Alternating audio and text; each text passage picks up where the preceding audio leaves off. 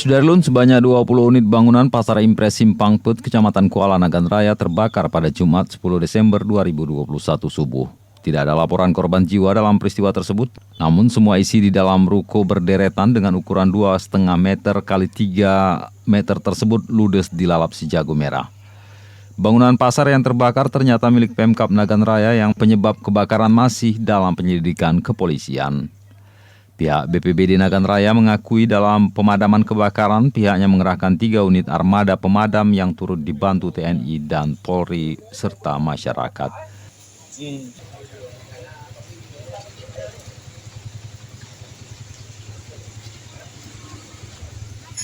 Dari Nagan Raya, Rizwan, Serambion TV.